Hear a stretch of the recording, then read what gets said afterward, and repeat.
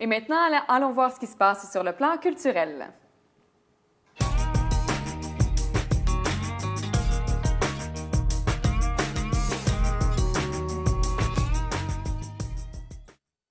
Allons tout d'abord voir les chroniques de deux de nos partenaires, la boutique Erso Informatique et la librairie Alpha.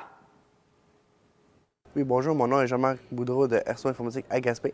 Aujourd'hui, on va parler des écouteurs pour les jeux, les consoles, l'ordinateur, iPod, iPhone, dans le fond, tout ce que tu veux écouter avec. On va montrer des bas de gamme, comme ceci. Ces écouteurs-là, c'est sûr qu'ils ont une belle petite qualité sonore, mais quelqu'un veut juste se promener sur la rue, écouter une fois de temps en temps. Les écouteurs-là vont faire la job en masse, ils sont quand même assez gros. Ils insonorisent un petit peu, mais c'est sûr qu'ils vont entendre quand même le bruit ambiant en dehors. Je vais en avoir des plus petits, je vais en avoir qui vont rentrer dans les oreilles. Ceux-là, souvent, c'est quelqu'un qui veut vraiment quelque chose de très petit quand il va s'entraîner, quand il veut faire du jogging, il veut que ça tienne dans les oreilles, il veut vraiment que ça soit tout petit, indiscret. Ils vont acheter des petits écouteurs, genre comme ceci. Je peux en avoir aussi avec des petits silicones qui fait juste rentrer au lieu d'aller dans le cou en arrière ou en autour de l'oreille. Ça peut être le modèle que tu désires. On peut aller aussi dans les écouteurs un petit peu plus haut de gamme. On va parler, mettons, dans du Sennheiser, du Bose, des écouteurs qui est beaucoup plus performant, meilleure qualité sonore dans la bass, dans les aigus, mieux calibré aussi. On va parler des écouteurs comme ça ici. Ces écouteurs-là, tu peux marcher sur la rue, tu n'entendras aucun son. Bien sûr, ne pas mettre le son au bout parce que le camion de pompiers ou de police ou peu importe, il va passer, tu ne l'entendras jamais. Ça sonorise très bien. C'est pas trop fort pour les oreilles, c'est quand même une bien qualité. Tu peux l'écouter 3-4 heures, tu n'auras jamais mal aussi aux oreilles. Les écouteurs sans fil, souvent les gens veulent l'écouter sur la TV à sœur HD pour ne pas réveiller leur conjoint à côté ou écouter un film tranquillement sans écouter le son de la TV. Beaucoup de gens vont acheter des écouteurs sans fil. Lui, c'est un gros modèle, il vient avec un chargeur intégré dedans. Je peux en avoir moins dispendieux qui vient juste d'écouteurs, que tu dois acheter des batteries rechargeables par la suite. C'est sûr que ça fait le même job, c'est la même chose, mais c'est sûr que quelqu'un ne veut pas se casser la tête changer ses batteries ou ces choses-là. Il va acheter un kit un petit peu plus gros qui vient intégré dedans. J'ai même des écouteurs qui est fait pour PC, PS3, Xbox, tout dans un dans le fond en même temps. Ils sont un peu plus dispendieux, mais on appelle les écouteurs gamer. Ils sont faits vraiment pour tous les consoles. En fond, tu peux l'utiliser pour tout. C'est vraiment fait pour jeux ou ordinateur. C'est quand même bien, ils sont confortables, ils sont très gros aussi. C'est pas tout le monde qui va aimer des gros écouteurs, mais en frais de confort, ils sont très bons. Il y a des questions, vous pouvez toujours me voir chez Erso Informatique. Moi et mes collègues, on pourra vous répondre là-dessus. Merci bien, passez une bonne journée. Aujourd'hui, à la librairie Alpha, Linda Boudreau nous parle de théâtre. Bonjour, Linda de la librairie Alpha. Et maintenant, je vous propose du théâtre. Pourquoi lire des pièces de théâtre? Quand on n'a pas l'intention de le mettre en scène, quand on n'a pas l'intention de le jouer, quand on n'a pas l'intention de le lire avant d'aller voir sa représentation. Bien, moi, je vous dis qu'on lit le théâtre pour sa capacité d'évocation. Parce que lorsqu'on lit une pièce de théâtre, d'abord, on voit une scène et après, on doit imaginer ce qui se passe sur la scène.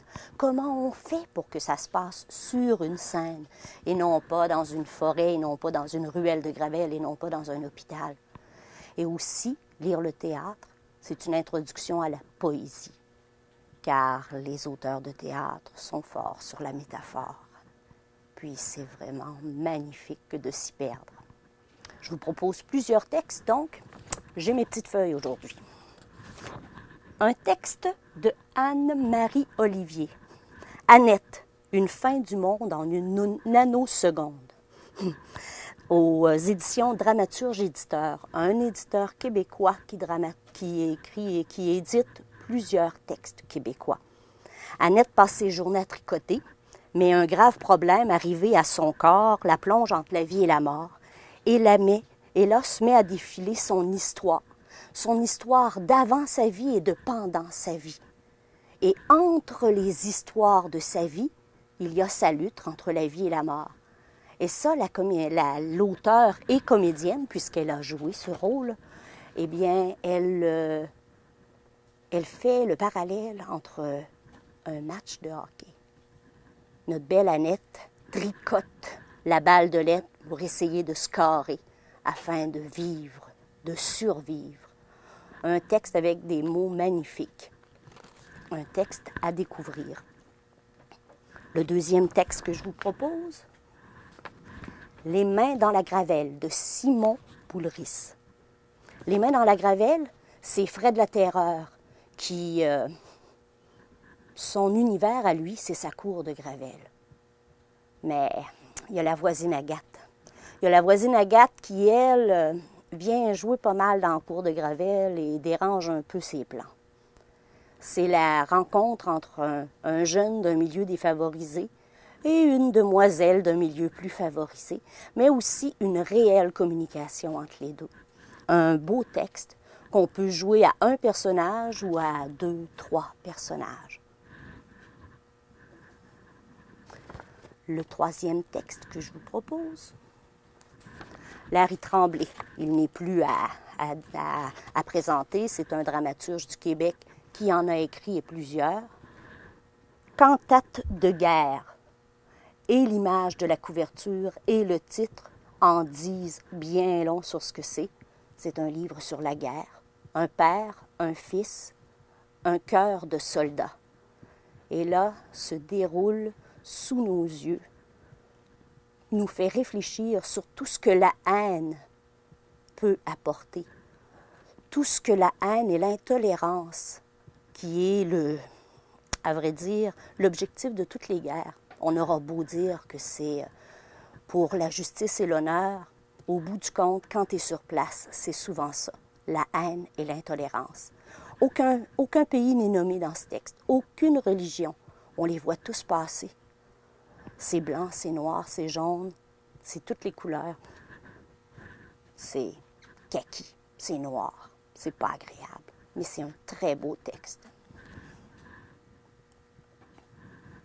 Un troisième texte d'un autre dramaturge qui n'est plus à présenter, Monsieur Moajid Mouad. Avec ce texte, Monsieur Mouad a décidé de briser le rythme qu'il s'était donné de processus créateur. Il a voulu aller ailleurs, essayer de faire autrement son théâtre. Et là, on se retrouve avec une famille qui est aux prises avec aussi une forme de haine, le mal. 2 frères et une sœur qui se sont retrouvés après nombre d'années, qui ne savaient pas qu'ils existaient l'un et l'autre. Un père dont la maladie d'Alzheimer tourne autour. Et le mal, l'inceste. On le dit, le secret est dévoilé.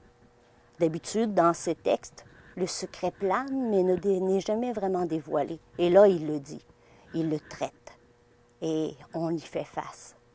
Et il y a aussi, pour agrémenter le tout, 2 interprètes, car la sœur est sourde et un des frères arrive d'un pays, Afghanistan. Donc on parle pseudo-russe et pseudo-langage des signes, et c'est tout un texte.